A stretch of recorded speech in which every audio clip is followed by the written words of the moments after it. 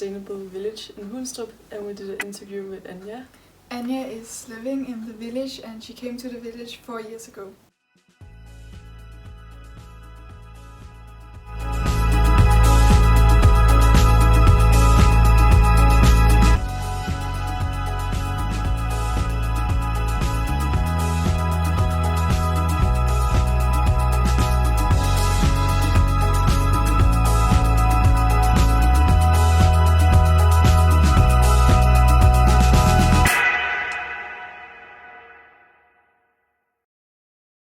So I'd say there are three main sources of material used here. So there are houses based around wooden materials. So wood is the main material.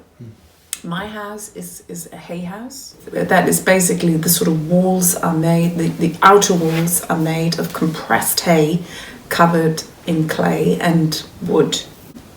My house would be quite difficult to build today using hay, so that requires that's an area where the material has developed. And then there's bricks, and so there are two houses. One is in the process of being built, and the other one was one of the first.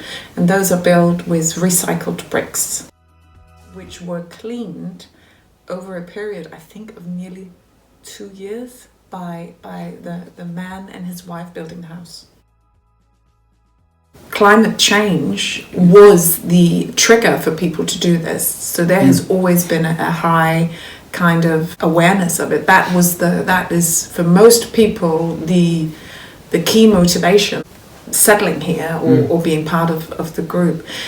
In terms of whether we can actually see the changes in the village, I guess when you live here, you really notice you are that bit closer to nature. So I notice the winter, the wet, the water. The wet. It's such a big thing for me.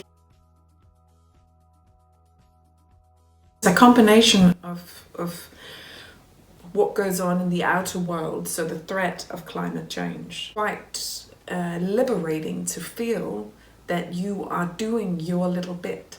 At the moment, I think, are overwhelmed by climate anxiety and worries. So actually feeling, even though may not matter that much in the bigger picture, but feeling that I'm doing my little bit is a good feeling. Other thing is group. The fact that we do this together, So when I go and do the gardening, when I grow my vegetables, it's something we do together. That as well, being a part of a community, really, for the kids and the adults.